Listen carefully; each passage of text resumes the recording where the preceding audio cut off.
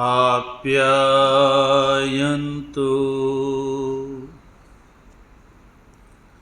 ममाङ्गानि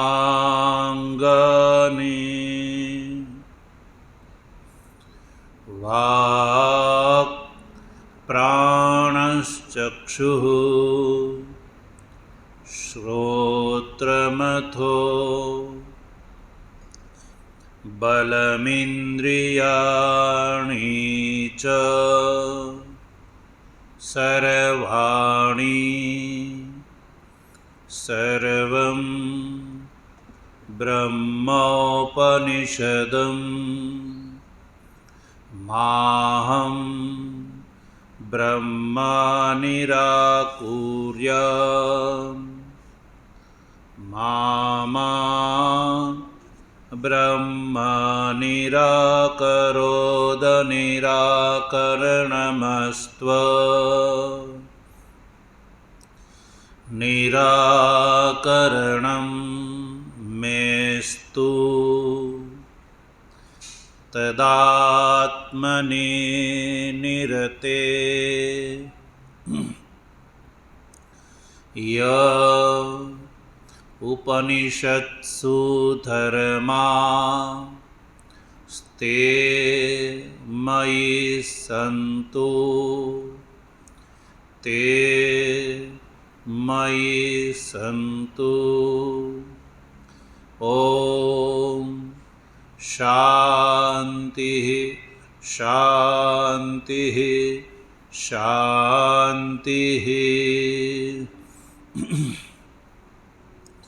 शङ्करं शङ्कराचार्यं केशवं बादरायणं सूत्रभाष्यकृतौ वन्दे भगवन्तौ पुनः पुनः। ईश्वरो गुरुरात्मेति मूर्तिभेदविभागिने व्योमवद् व्याप्तदेहाय दक्षिणामूर्तये नमः। ॐ शान्तिः शान्तिः शान्तिः।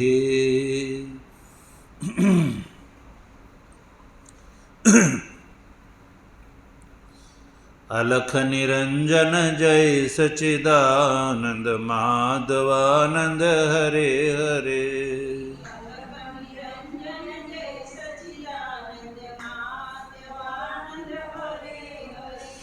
हे अलख निरंजन जय सच्चिदानंद माधवानंद हरे हरे।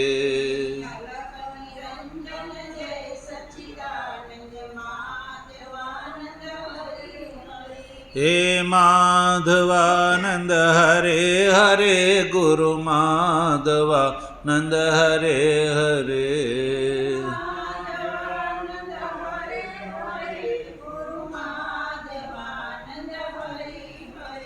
हे माधवानंद हरे हरे गुरु माधवानंद हरे हरे।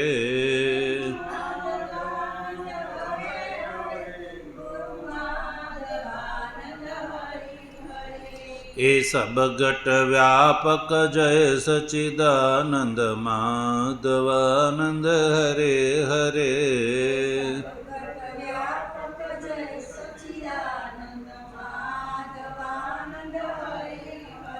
ये घट घट व्यापक जय सच्चिदानंद माधवानंद हरे हरे।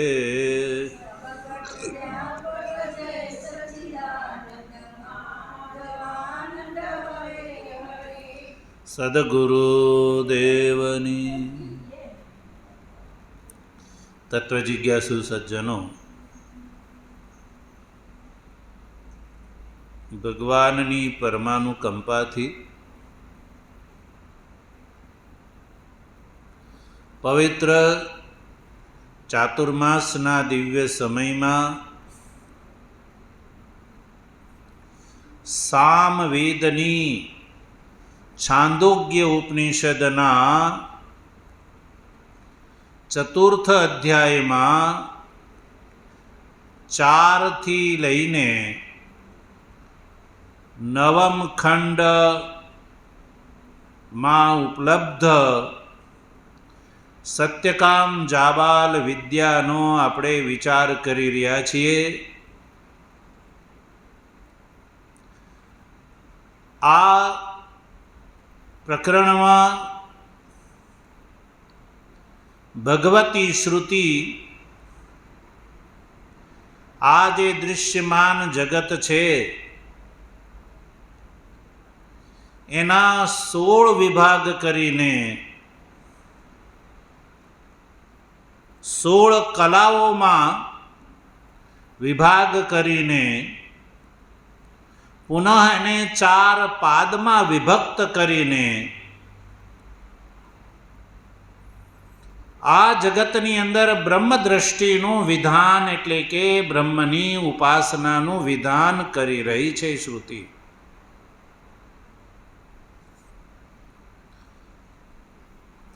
શ્રુતિ આ વાત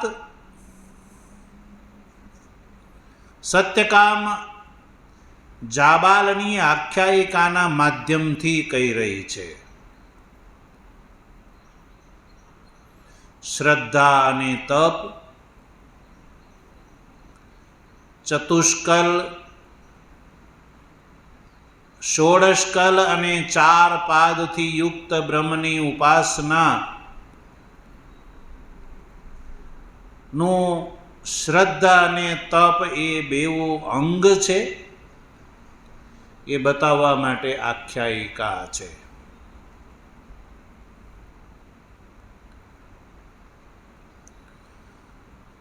તો આપણે ચતુર્થ ખંડ, પંચમ ખંડ આ બંને ખંડનો વિચાર કરી ચૂક્યા. છઠ્ઠા ખંડની વાત ચાલી રહી છે અને આપણે એ જાણ્યું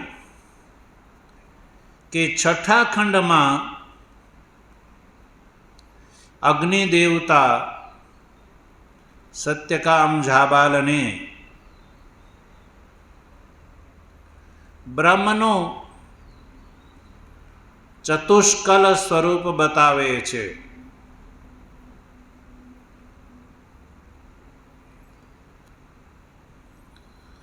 ચાર કલા બ્રહ્મની આ પ્રકરણમાં બતાવી. પૃથ્વી કલા, અંતરિક્ષ કલા, દ્યુલોક કલા અને સમુદ્ર કલા.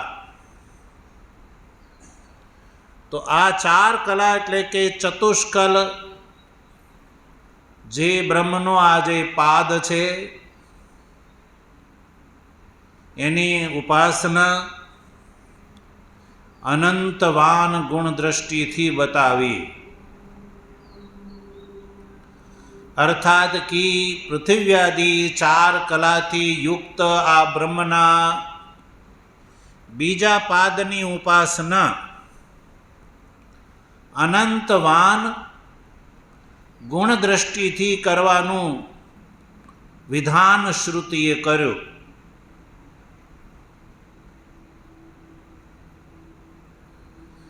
અને અગ્નિ દેવતાએ સત્યકામ જાબાલને કહ્યું કે એષ વૈ સૌમ્ય ચતુષ્કલઃ પાદઃ બ્રહ્મણઃ અનંતવાન નામ. અગ્નિ દેવતાએ સત્યકામ જાબાલને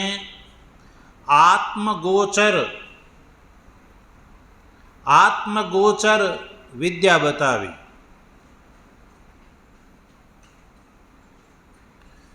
આત્મગોચર એટલે કે પૃથ્વી આદિ રૂપથી અગ્નિ જ અવસ્થિત છે. પૃથ્વી રૂપથી, અંતરિક્ષ રૂપથી, દ્યુલોક રૂપથી અને સમુદ્ર રૂપથી અગ્નિ જ અવસ્થિત હોવાના કારણે અગ્નિ દેવતાએ પોતાના સ્વરૂપનો ઉપદેશ સત્યકામ જાબાલને આપ્યો અને કહ્યું કે હે સત્યકામ, તું આ પૃથ્વ્યાદિ 4 કલાથી યુક્ત જે મેં બ્રહ્મના પાદનું મેં જે તને સ્વરૂપ બતાવ્યું એની તું અનંતવાન એવા ગુણથી આ બ્રહ્મની ઉપાસના કર. તો ઉપાસનાનું વિધાન પ્રથમ, દ્વિતીય અને તૃતીય આ 3 કંડિકામાં થઈ ગયું. હવે આ છઠ્ઠા ખંડની જે ચતુર્થ કંડિકા છે એનો આપણે આજે વિચાર કરવાના છીએ. તો આ ચતુર્થ કંડિકામાં બ્રહ્મના આ બીજા પાદની અનંતવાન ગુણદ્રષ્ટિથી ઉપાસના કરવાનું જે ફળ છે એ ફળનો ઉલ્લેખ આ ચતુર્થ કંડિકામાં ભગવતી શ્રુતિ કરે છે. તો આપણે ચતુર્થ કંડિકાનું ઉચ્ચારણ કરીશું. જો સ ય એતમ એવં વિદ્વાન ચતુષ્કલમ પાદમ બ્રહ્મણો અનંતવાનિત્યુપાસ્તે અનંતવાન અસ્મિન લોકે ભવતિ અનંતવતોહ લોકાન જયતિ.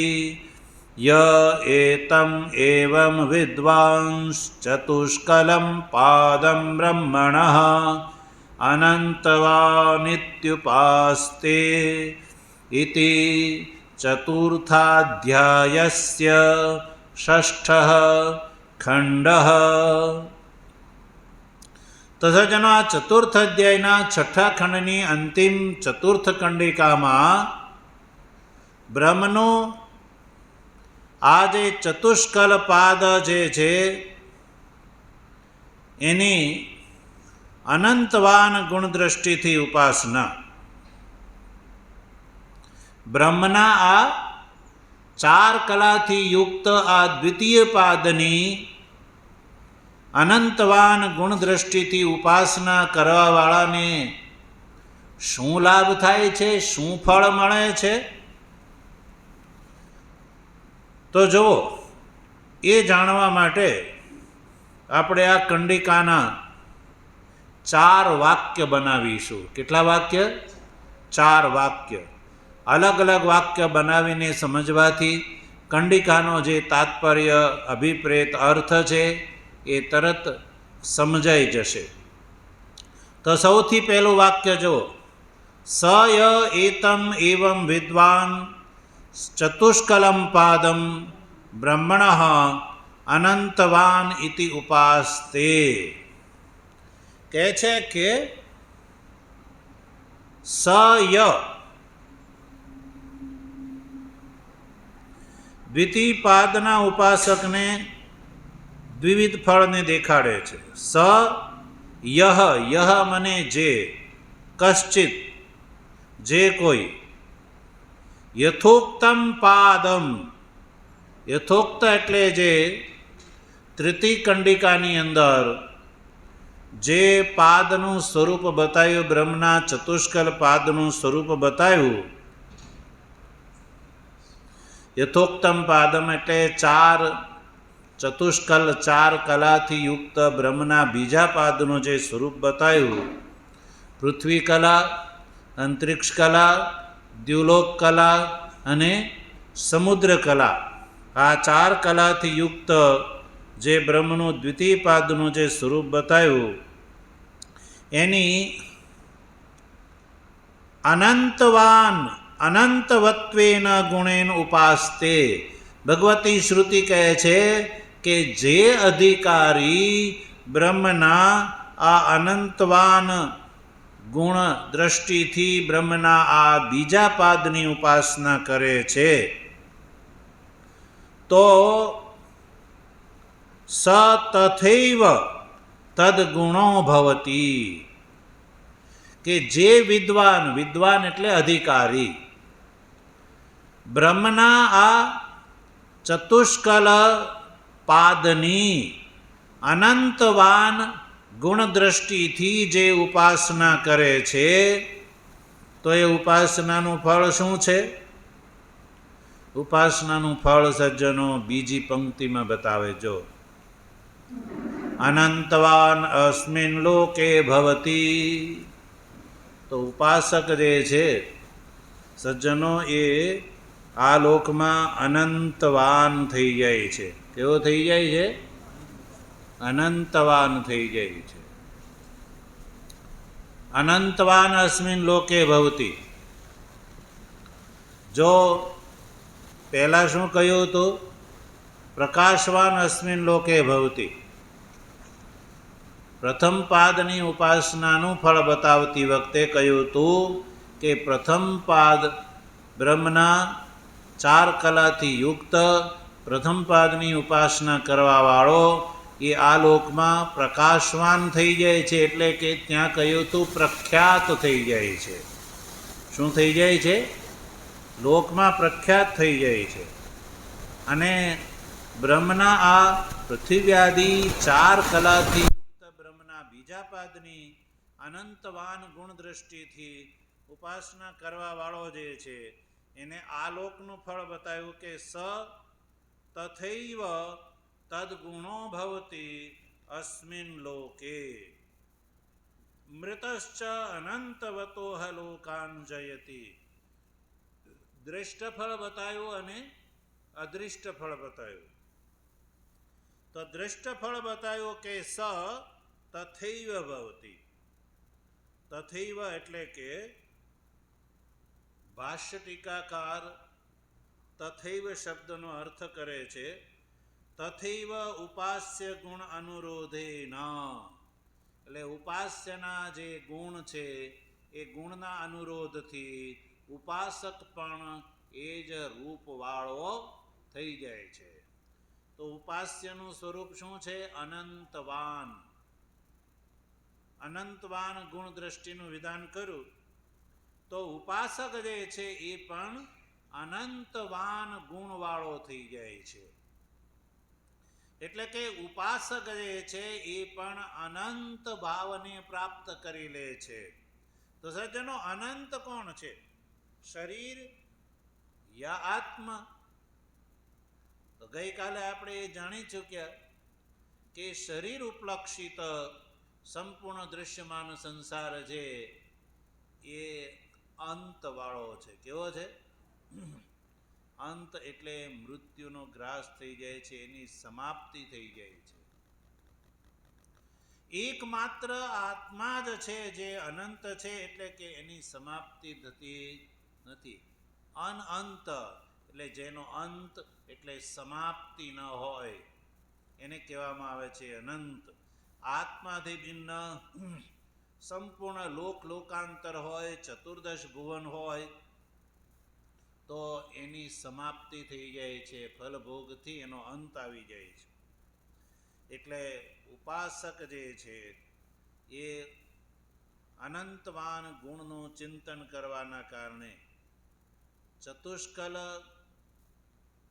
જે બ્રહ્મનું બીજું પાદ છે જેનું અનંતવાન ગુણદ્રષ્ટિથી શ્રુતિએ વિધાન કર્યું છે, તો આ રીતે બીજા પાદની અનંતવાન ગુણદ્રષ્ટિથી ઉપાસના કરવા વાળો જે ઉપાસક છે એ પણ અનંત ગુણવાળો થઈ જાય છે.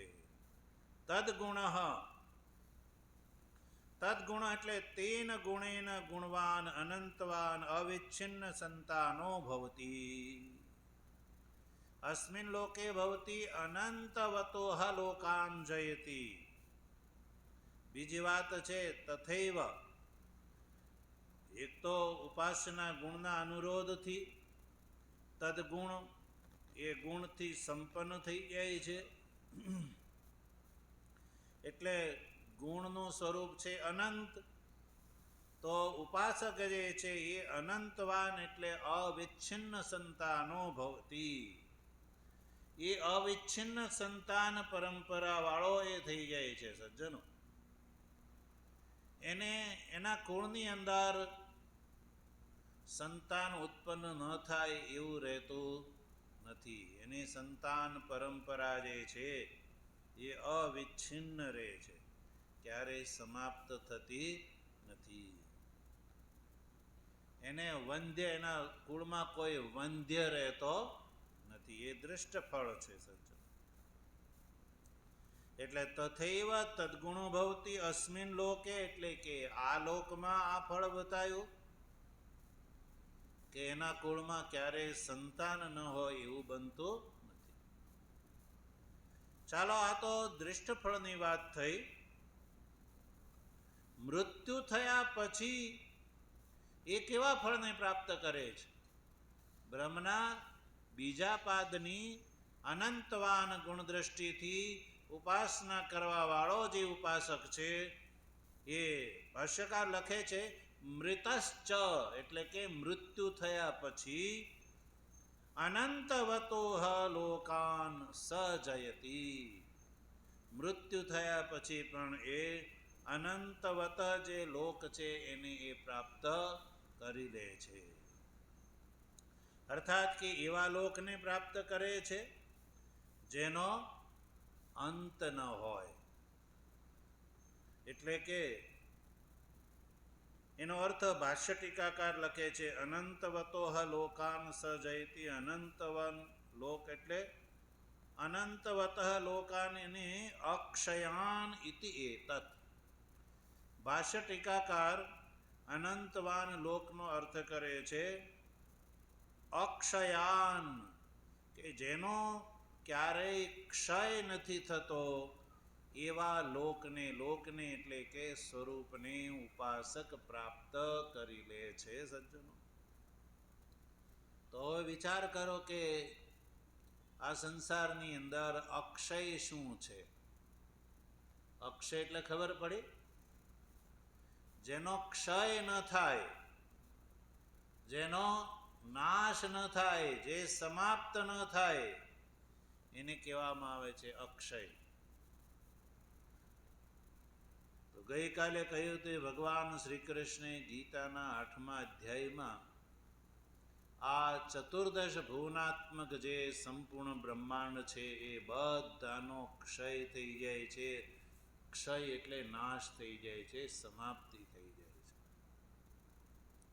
અક્ષય કોણ છે? એકમાત્ર આત્મા છે. કોણ છે? આત્મા. એટલે આત્માનો બ્રહ્મરૂપથી અનુભવ, આ ઉપાસનાથી ચિત્ત શુદ્ધ થયા પછી, ચિત્ત સ્થિર થયા પછી સાક્ષાત બ્રહ્મનો બોધ થતા ઉપાસક જે છે એ ક્રમથી મુક્ત થઈ જાય છે. કેવી રીતે? ક્રમથી મુક્ત થઈ જાય છે. સજ્જનો, અનંતવાન લોકને પ્રાપ્ત કરે છે, એટલે કે બ્રહ્મલોકને પ્રાપ્ત કરે છે. અને બ્રહ્મલોકને પ્રાપ્ત થયા પછી બ્રહ્માજીની સાથે એ ક્રમથી નિર્વિશેષ મોક્ષનો ભાગીદાર થઈ જાય છે. તો આ પહેલા આપણે એક ચર્ચા કરી ચૂક્યા હતા કે વેદાંત શાસ્ત્રમાં 2 પ્રકારના મોક્ષનું વર્ણન જોવા મળે છે. એક સદ્યો મોક્ષ અને બીજો ક્રમ મોક્ષ. સદ્યો મોક્ષ એટલે તરત, આ જ મનુષ્ય જન્મમાં જો આત્મજ્ઞાન જેને પ્રાપ્ત કરી લીધું, યા આત્મતત્વનો અનુભવ જેને વેદાંત શાસ્ત્રમાં બતાવેલા સાધન ક્રમ અનુસાર જે સાધક કરી લે છે, તો એ અહીંયા ને અહીંયા મુક્ત થઈ જાય છે. એ દેહ, ઇન્દ્રિય, મન અને બુદ્ધિથી એ રહિત આત્મ સ્વરૂપનો અનુભવ જ્યારે કરી લે છે, તો એ અહીંયા ને અહીંયા જીવતા મુક્ત થઈ જાય છે. તો ઉત્તમ અધિકારીને માટે આ સદ્યો મોક્ષ છે. મધ્યમ અધિકારીને માટે ક્રમ મોક્ષ. ક્રમ મોક્ષ એટલે આ ઔપનિષદ ઉપાસનાના માધ્યમથી બ્રહ્મલોકની પ્રાપ્તિ, અને બ્રહ્મલોકની પ્રાપ્તિ એટલે કે અધ્યાત્મ પરિચ્છેદનું પરિત્યાગ અને અધિદેવ પરિચ્છેદની પ્રાપ્તિ થતાં, અધિદેવ પરિચ્છેદ એટલે હિરણ્યગર્ભ ભાવાપત્તિ. ને હિરણ્યગર્ભ ભાવાપત્તિ, હિરણ્યગર્ભ જે છે જીવન મુક્ત છે, એનો આજે વર્તમાન દિવસ સમાપ્ત થતાં જે સાધક છે, ઉપાસક છે, એ પણ બ્રહ્માજીની સાથે ક્રમથી મુક્ત થઈ જાય છે. એટલે અનંતવાન અસ્મિન લોકે ભવતી, અને સાથે સાથે કહ્યું અનંતવતોહ લોકાન જયતિ. અનંતવાન જે લોક છે એટલે અક્ષય જે લોક છે, બ્રહ્માદિ વગેરે, એ લોકને આ બ્રહ્મના બીજા પાદની અનંતવાન ગુણ દ્રષ્ટિથી ઉપાસના કરવાવાળા સાધનને આ ફળની પ્રાપ્તિ થાય છે.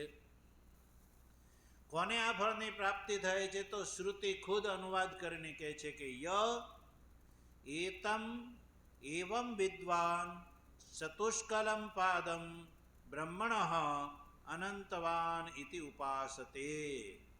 ય એટલે જે અધિકારી, એતમ એટલે પ્રકૃત, એવમ એવમ મને બતાવેલા પ્રકારથી, એવમ વિદ્વાન, એવમનો અર્થ છે કે પૃથ્વી કલા, અંતરિક્ષ કલા, દ્યુલોક કલા અને સમુદ્ર કલા, આ ચાર કલાથી યુક્ત જે બ્રહ્મનું આ જે બીજું પાદ, એ બીજા પાદની અનંતવાન ગુણ દ્રષ્ટિથી જે ઉપાસના કરે છે, એટલે કે ચતુષ્કલમ પાદમ બ્રહ્મણ, બ્રહ્મના ચતુષ્કલપાદની અનંતવાન ગુણ દ્રષ્ટિથી જે ઉપાસના કરે છે, સજ્જનો એ આલોકના ફળનો પણ ભાગીદાર થાય છે, અને છેવટે એ મોક્ષનો ભાગીદાર, લોકાંતર ગમન દ્વારા ક્રમથી મોક્ષનો ભાગીદાર થઈ જાય છે.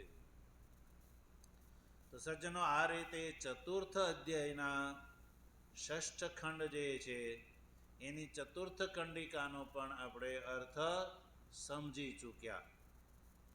તો હવે આમ આ રીતે આપણે ગણીએ તો આ પ્રકરણની અંદર બ્રહ્મના ચાર પાદની ઉપાસનાનું વર્ણન છે. તેમાં પ્રથમ પ્રકાશવાન, દ્વિતીય અનંતવાન, એવા આ ચતુષ્કલ જે બ્રહ્મ છે એના બે પાદનો અર્થ આપણે સમજી ચૂક્યા. કયા કયા બે પાદ છે એ પણ સમજી ચૂક્યા. પહેલું ચતુષ્કલ પાદનું બ્રહ્મનું પ્રથમ સ્વરૂપ છે પૂર્વ, પશ્ચિમ, ઉત્તર અને દક્ષિણ, આ ચાર કલાથી યુક્ત પ્રકાશવાન પાદ. પછી જેનો ઉપદેશ ઋષભાપન્ન વાયુ દેવતાએ સત્યકામ જાબાલને કર્યો. હવે સત્યકામ જાબાલને બીજા દિવસે અગ્નિ દેવતાએ પૃથ્વી કલા, અંતરિક્ષ કલા, દ્યુલોક કલા અને સમુદ્ર કલા, આ ચાર કલાથી યુક્ત બ્રહ્મના અનંતવાન પાદનો ઉપદેશ કર્યો. અને આ જે દ્વિતીય પાદની ઉપાસનાનું ફળ પણ શ્રુતિએ બતાવી દીધું. હવે આપણે આ ચતુર્થ અધ્યાયના સપ્તમ ખંડને જોઈએ. સપ્તમ ખંડથી બ્રહ્મના તૃતીય પાદના ઉપદેશનો પ્રારંભ થાય છે. સાતમા ખંડનો સત્યકામ જાબાલને બ્રહ્મના પ્રકાશવાન અને અનંતવાન આવા બે પાદનો બોધ થઈ ગયો.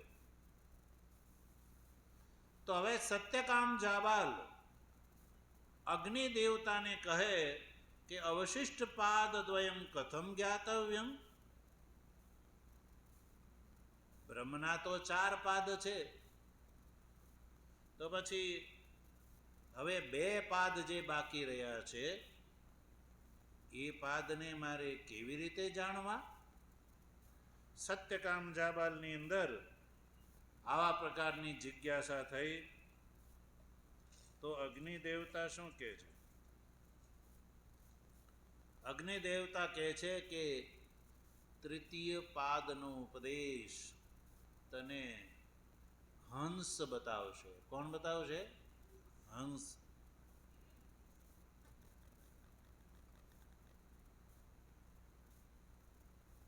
એટલે કહ્યું, જો સો અગ્નિર હંસ તે પાદમ વક્તા. અગ્નિ દેવતાએ કહ્યું કે મેં તો તને બ્રહ્મના અનંતવાન નામક ચતુષ્કલ પાદનો ઉપદેશ તને આપ્યો. તૃતીય પાદનો ઉપદેશ તને હંસ બતાવશે. તો આપણે એ ખંડ જોઈએ. તો સપ્તમ ખંડની પ્રથમ કંડિકા જોઈએ આપણે.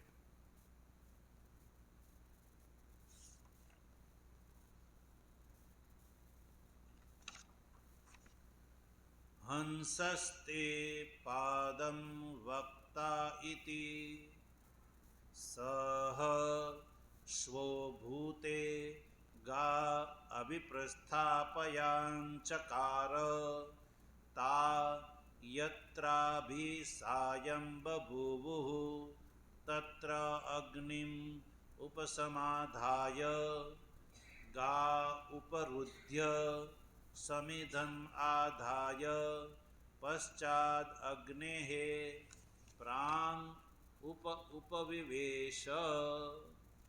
આ પ્રથમ કંડિકાનું સ્વરૂપ છે.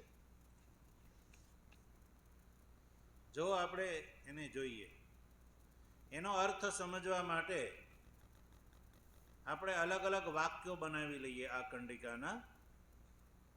તો સૌથી પહેલું વાક્ય છે હંસ તે પાદમ વક્તા ઇતિ. આ પહેલું વાક્ય છે. સહ શોભૂતે ગા અભિપ્રસ્થાપયાંચકાર. આ બીજું વાક્ય છે. તા યત્રાભિસાયં બભૂવુઃ તત્ર અગ્નિમ ઉપસમાધાય. આ ત્રીજું વાક્ય. ગા ઉપરુધ્ય ચોથું વાક્ય. સમિધમ આધાય આ પાંચમું વાક્ય. અને પશ્ચાદ અગ્નેઃ પ્રાંગ ઉપવિવેશ એ છે છઠ્ઠું વાક્ય. તો આપણે આ એક એક વાક્યનો અર્થ સમજીએ. સૌથી પહેલું વાક્ય છે હંસ તે પાદમ વક્તા ઇતિ. જો સત્યકામ જાબાલે અગ્નિદેવતાને કહ્યું કે હે અગ્નિદેવતા, તમે મને બ્રહ્મના પૃથ્વી 4 કલાથી યુક્ત અનંતવાન પાદની તમે મને ઉપાસના બતાવી, એનો ઉપદેશ કર્યો. તો હવે મને ત્રીજા પાદનો પણ ઉપદેશ કરો ને તમે. તો અગ્નિ દેવતા કહે છે કે ત્રીજા પાદનો ઉપદેશ તને હંસ વક્તા. હંસ તે પાદમ વક્તા. હંસ તને એ પાદનો ઉપદેશ આપશે. જો ભાષ્યકાર શું લખે છે? સો અગ્નિ હંસ તે પાદમ વક્તા ઇતિ ઉક્ત્વા ઉપર રામ. અગ્નિ દેવતાએ સત્યકામ જાબાલને એટલું કહ્યું કે તે એટલે તને, હંસ એટલે હંસ, ત્રીજા પાદનો ઉપદેશ આપશે. આવું કહીને અગ્નિ દેવતા જે છે એ ઉપર રામ ચૂપ થઈ ગઈ છે. તો પ્રશ્ન ઊભો થાય છે કે સર્વપ્રથમ શ્રુતે કહ્યું હતું કે ઋષભ એટલે સાંડ, સાંડે પ્રથમ પાદનો ઉપદેશ આપ્યો હતો. તો ત્યાં ભગવાન ભાષ્યકારે સાંડનો શું અર્થ કર્યો હતો? વાયુ દેવતા. ઋષભાપન્ન વાયુ દેવતાએ બ્રહ્મના પ્રથમ પાદનો ઉપદેશ આપ્યો હતો. અને બીજા પાદનો અગ્નિ દેવતાએ ઉપદેશ આપ્યો. અગ્નિ દેવતાએ સ્વયં ઉપદેશ આપ્યો. અગ્નિ દેવતાએ હંસની વાત કરી. હંસ તને તૃતીય પાદનો ઉપદેશ આપશે. તો અર્થ પ્રશ્ન ઊભો થાય છે કે હંસ એટલે કોણ? પક્ષી વિશેષ? હંસનો અર્થ છે અહીંયા કોઈ પક્ષી વિશેષ ગ્રહણ કરવાનું છે? શ્રુતિમાં તો મૂળ કંડિકામાં તો હંસ શબ્દનો પ્રયોગ છે. તો ભગવાન ભાષ્યકાર હંસ શબ્દનો અર્થ કરે છે આદિત્ય. હંસ એટલે શું ગ્રહણ કરવાનું છે? આદિત્ય દેવતા. હંસનો અર્થ છે આદિત્ય દેવતા. યદ્યપિ હંસ શબ્દનો પ્રયોગ પક્ષી વિશેષ માટે થાય છે, એટલે પક્ષી વિશેષ, હંસ શબ્દનો અર્થ જે પક્ષી વિશેષ છે એનું વ્યાવર્તન ભગવાન ભાષ્યકારે કર્યું અને ભાષ્યકારે લખ્યું હંસ આદિત્ય. હંસથી અભિપ્રાય છે આદિત્ય દેવતા. એટલે અગ્નિ દેવતાએ સત્યકામ જાબાલને કહ્યું કે તને બ્રહ્મના તૃતીય પાદનો ઉપદેશ આદિત્ય દેવતા કરશે. વાયુ દેવતા, અગ્નિ દેવતા અને આ ત્રીજા આદિત્ય દેવતા. જો સત્યકામ જાબાલની શ્રદ્ધા અને તપથી પ્રસન્ન થઈને, ગૌ સેવાથી પ્રસન્ન થઈને, કઈ સેવા? ગૌ સેવાથી. ગૌ સેવા પ્રત્યે શ્રદ્ધા અને તપ જોઈને દેવતાઓએ પ્રસન્ન થઈને સત્યકામ જાબાલને બ્રહ્મનો ઉપદેશ આપ્યો. એટલે વાયુ દેવતા, અગ્નિ દેવતા અને આ ત્રીજા આદિત્ય દેવતા તૃતીય પાદનો ઉપદેશ કહે છે.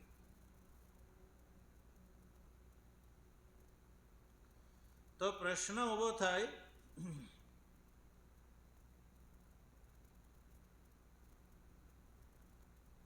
કે હંસ અને હંસથી આદિત્ય દેવતાનું ગ્રહણ કરવાનું હોય તો સીધા આદિત્ય દેવતાનું નામ કેમ ન ગ્રહણ કર્યું? હંસમાં અને આદિત્ય દેવતાની અંદર શું સમાનતા છે કે જે હંસ ઉપલક્ષિત આદિત્ય દેવતા અહીંયા વક્તા છે એવું કહ્યું? આવો પ્રશ્ન થાય કે આદિત્ય દેવતામાં હંસ શબ્દની પ્રવૃત્તિ કેવી રીતે? કંઈક તો સમાનતા હોવી જોઈએ ને. તો ભગવાન ભાષ્યકાર લખે છે શૌક્લ્યાત પતન સામાન્યાચ. ભાષ્યકાર એનો અર્થ કરે છે શૌક્લ્યાત અને બીજો છે પતન સામાન્યાત.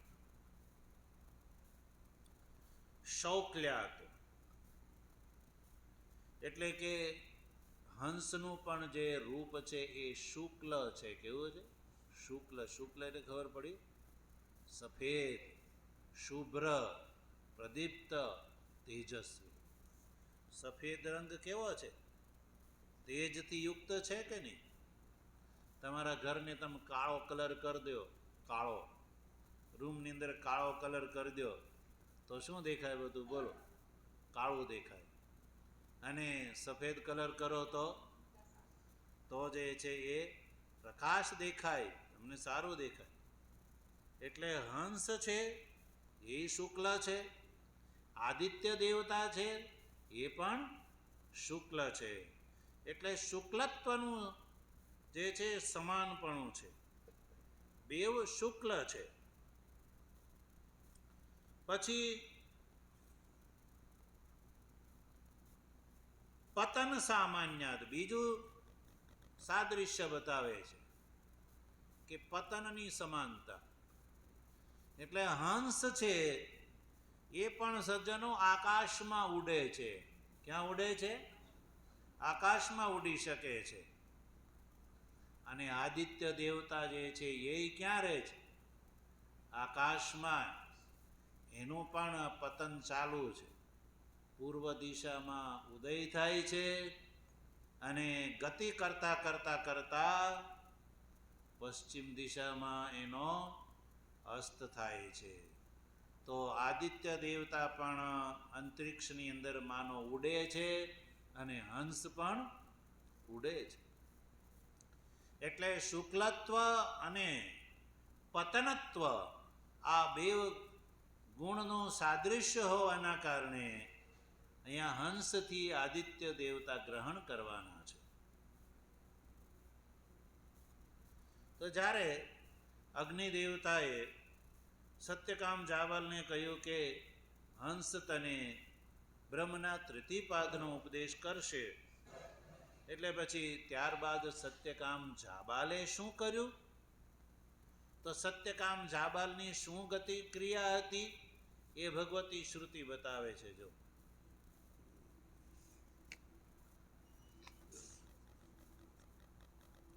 સહ શ્વો ભૂતે ગા અભિપ્રસ્થાપ્યાન ચકાર. આ બીજી પંક્તિ છે. તો પછી બીજી પંક્તિમાં કહે છે, અગ્નિદેવતાએ જ્યારે આવું કહ્યું ને નિવૃત્ત થઈ ગયા, એટલે સ્વભૂત એટલે બીજા દિવસે ત્યાં એણે રાતવાસો કર્યો હતો, તો રાત વ્યતીત થઈ ગઈ એટલે બીજા દિવસે એણે ગાયોની આચાર્ય કુળની તરફ જે છે એ લઈ જવા લાગે છે. આંકી મૂકી ગાયોને સવાર પડ્યું, આ બધી વાત થઈ એટલે એણે ગાયોની સાથે ગુરુકુળ તરફ ચાલવાનું ચાલુ કર્યું. ક્યાં સુધી એ ચાલ્યો? તો આગળ કહ્યું કે તા યત્રાભી સાયં બભુવુ, સાંજ સુધી એણે ચાલવાનું ચાલુ રાખ્યું.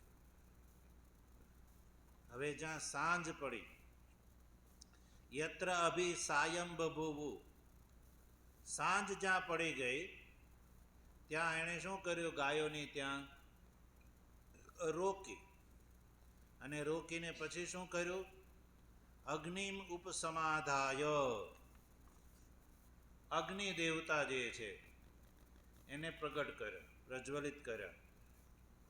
કારણ કે એ વખતે કંઈ લાઇટ તો હતી નહીં, એટલે સૂર્યાસ્ત થયા પછી અંધારું થઈ જાય, એટલે અંધારામાં જે દૈનિક ગતિવિધિ કરવા માટે સત્યકામ જાબાલે જ્યાં સાંજ પડી ગઈ અને એમ લાગ્યું કે અહીંયા ઉતારો કર્યા જેવું છે, કોઈ ગામ આવ્યું હશે અને કંઈક એવી જગ્યા એણે સુંદર જોઈ કે ભાઈ અહીંયા રાતવાસો કર્યા જેવું છે, તો એ જગ્યાએ એણે અગ્નિને પ્રજ્વલિત કરી. પછી ગાયોને ત્યાં રોકી અને ગા ઉપરુદ્ય એટલે ગાયોને ત્યાં રોકી. પછી આગળ કહ્યું કે સમિધમ આધાય, એટલે સત્યકામ જાબાલે ત્યાં સમિધાનું આદાન કર્યું.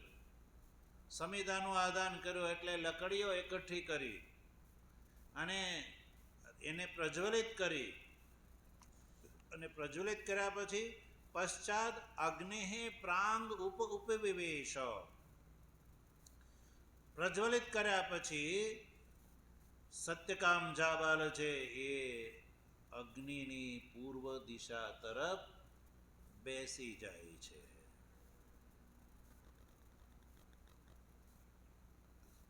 અને બેસીને શું કરે છે? અગ્નિ દેવતાએ જે બ્રહ્મના પાદનો જે ઉપદેશ આપ્યો હતો એનું ચિંતન કરે છે. અને એ વખતે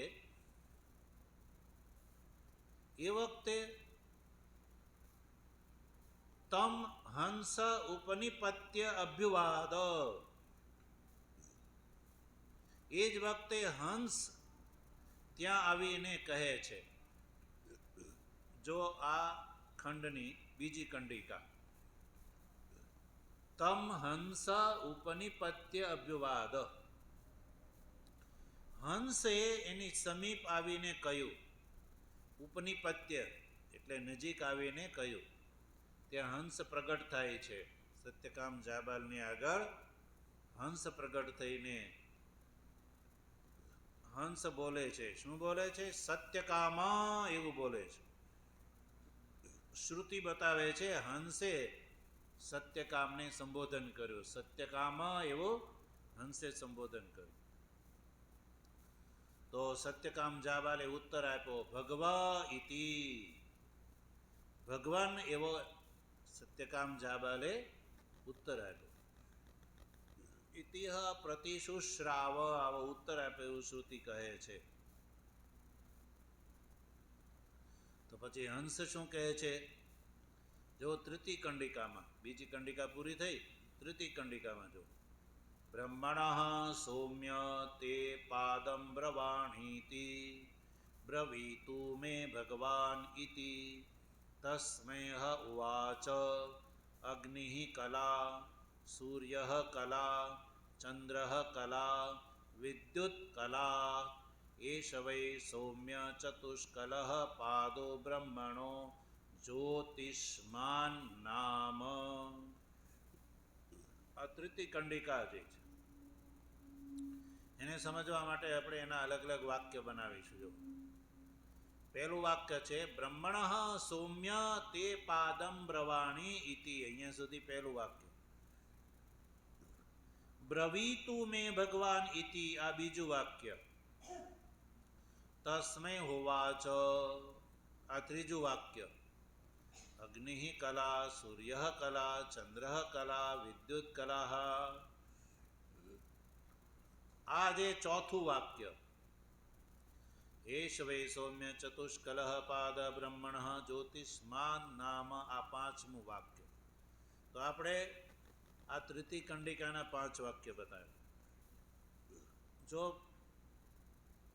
હંસ દેવતા એટલે કે આદિત્ય દેવતા શું કહે છે? બ્રહ્મણ સૌમ્ય તે પાદમ બ્રવાણી ઇતિ. કયો કે હે સૌમ્ય અર્થાત હે સત્યકામ જાબાલ, હે સૌમ્ય તે બ્રહ્મણ પાદમ બ્રવાણી ઇતિ. આદિત્ય દેવતા જે છે એ પ્રગટ થઈને સત્યકામ જાબાલને કહે છે કે હે સત્યકામ, હે સૌમ્ય, હું તને બ્રહ્મના એક પાદનો ઉપદેશ કરવા માંગુ છું. તને બ્રહ્મનો એક પાદ બતાવું છું. તો સત્યકામ શું કહે છે? જો બીજી પંક્તિમાં બ્રવીતુ મે ભગવાન ઇતિ, આ બીજા વાક્યમાં. કારણ કે આ કથા કોણ કરે છે? ભગવતી શ્રુતિ કરે છે. એટલે સત્યકામે શું કહ્યું એ વાત શ્રુતિ કહે છે. સત્યકામે કહ્યું કે ભગવાન મેં બ્રવીતુ. સત્યકામે આદિત્ય દેવતાને કહ્યું કે હે આદિત્ય દેવતા, મેં બ્રવીતુ, તમે મને બ્રહ્મના પાદનો ઉપદેશ આપો.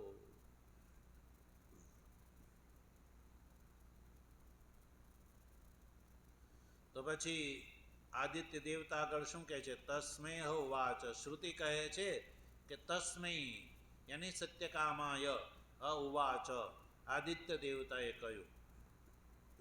શું કહ્યું? જો બ્રહ્મની 4 કલા બતાવે છે આદિત્ય દેવતા. અગ્નિ કલા, સૂર્ય કલા, ચંદ્ર કલા અને વિદ્યુત કલા. બ્રહ્મના આ તૃતીય પાદની 4 કલા બતાવી. પ્રથમ પાદની 4 કલા યાદ રહી? પ્રથમ પાદની 4 કલા કઈ કઈ? પૂર્વ, પશ્ચિમ, ઉત્તર અને દક્ષિણ. 4 દિશાઓ રૂપી 4 કલા. બ્રહ્મના પ્રથમ પાદની 4 કલા પૂર્વ, પશ્ચિમ, ઉત્તર અને દક્ષિણ. અને એ ચતુષ્કલ, પ્રથમ ચતુષ્કલ પાદનું નામ શું બતાવ્યું? પ્રકાશવાન. અને એના વક્તા કોણ છે? વાયુ દેવતા. કોણ છે? વાયુ દેવતા. પછી બ્રહ્મના ચતુષ્કલ બીજી 4 કલાથી યુક્ત બ્રહ્મના બીજા પાદનો ઉપદેશ કોણે આપ્યો? અગ્નિદેવતાએ. બ્રહ્મના દ્વિતીય પાદની 4 કલા કઈ? પૃથ્વી કલા, અંતરિક્ષ કલા, દ્યુલોક કલા અને સમુદ્ર કલા. તો આ યાદ રાખવાનું છે. હવે આદિત્ય દેવતા જે છે એ બ્રહ્મના તૃતીય પાદની 4 કલા બતાવે છે. અગ્નિ કલા, સૂર્ય કલા, ચંદ્ર કલા અને વિદ્યુત કલા. આ 4 કલા બતાવી. અને ત્યારબાદ દ્રષ્ટવ્ય ગુણ બતાવે છે. આદિત્ય દેવતાએ પણ સ્વ વિષય દર્શન બતાવ્યું. આદિત્ય દેવતાએ પણ સ્વ વિષયક દર્શન બતાવ્યું. કારણ કે આદિત્ય દેવતા કેવા છે? જ્યોતિ સ્વરૂપ છે. કેવા છે? જ્યોતિ સ્વરૂપ છે. એટલે જ્યોતિ સ્વરૂપ એવા આદિત્ય દેવતાએ સ્વ વિષયક એટલે પોતે જ જેનો વિષય છે એવું દર્શન બતાવ્યું. જો અગ્નિ જે છે એ પણ જ્યોતિ સ્વરૂપ છે. સૂર્યકલા એ પણ જ્યોતિ સ્વરૂપ છે. ચંદ્રકલા એ પણ જ્યોતિ સ્વરૂપ છે.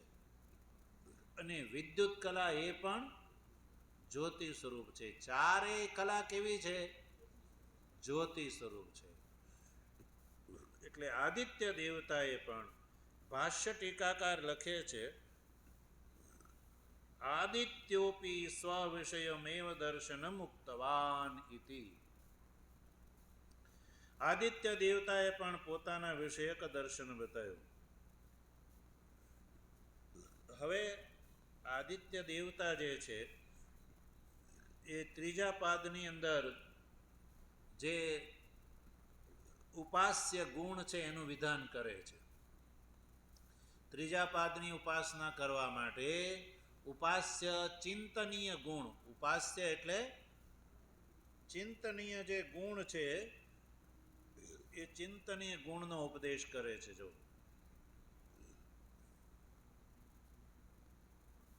એષ વૈ સૌમ્ય ચતુષ્કલ પાદો બ્રહ્મણ જ્યોતિષ્માન નામ.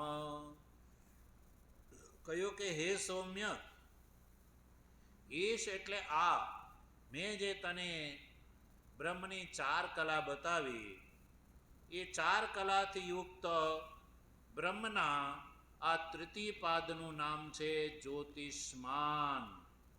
એટલે જ્યોતિષ્માન એ ઉપાસકના માટે ચિંતનીય ગુણ છે. એટલે કે બ્રહ્મના આ ચતુષ્કલ તૃતીય પાદની જ્યોતિષ્માન દ્રષ્ટિથી ઉપાસના કરવાની છે. જ્યોતિષ્માન ગુણ દ્રષ્ટિથી ઉપાસના. કારણ કે જ્યોતિ વિષય દર્શન છે એટલે આદિત્યત્વ જે છે એની અંદર જે છે એ પ્રતીત થાય છે. એટલે આદિત્યની અંદર હંસનું જે છે ગમકાંતર પણ બતાવ્યું. જ્યોતિર્વિષયમ એવ ચ દર્શનમ પ્રોવાચ. અતઃ હંસસ્ય આદિત્યત્વમ પ્રતીયતે. એટલે હંસ અને આદિત્યની અંદર આ સાદૃશ્ય છે.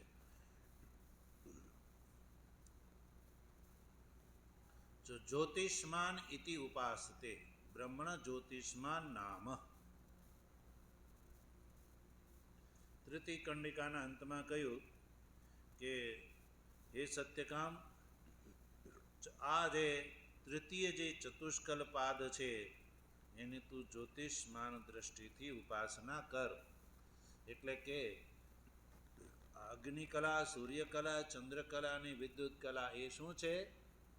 જ્યોતિષ્માન છે. જ્યોતિષ્માન દ્રષ્ટિ. એટલે એની અંદર જ્યોતિષ્માન ગુણ દ્રષ્ટિનું ચિંતન કરવાનું છે કે સૂર્ય ચંદ્રાદિ પરમાત્માનું જ્યોતિષ્માન સ્વરૂપ છે. એ ઉપાસના. આ રીતે આપણે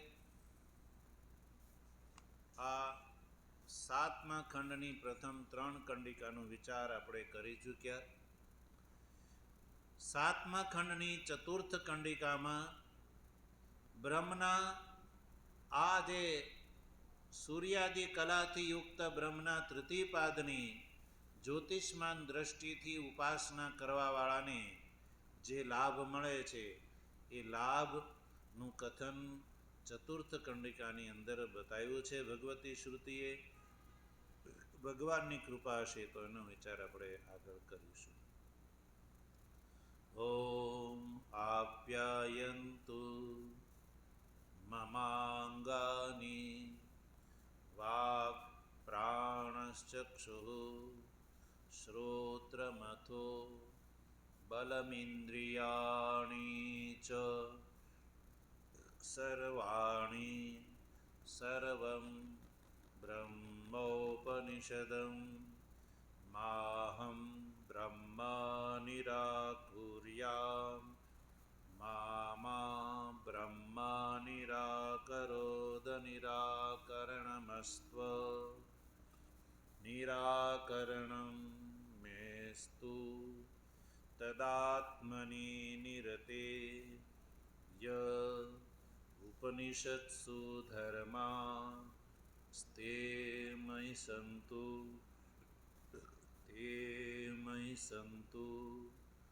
ઓમ શાંતિ શાંતિ શાંતિ. શંકરં શંકરાચાર્યં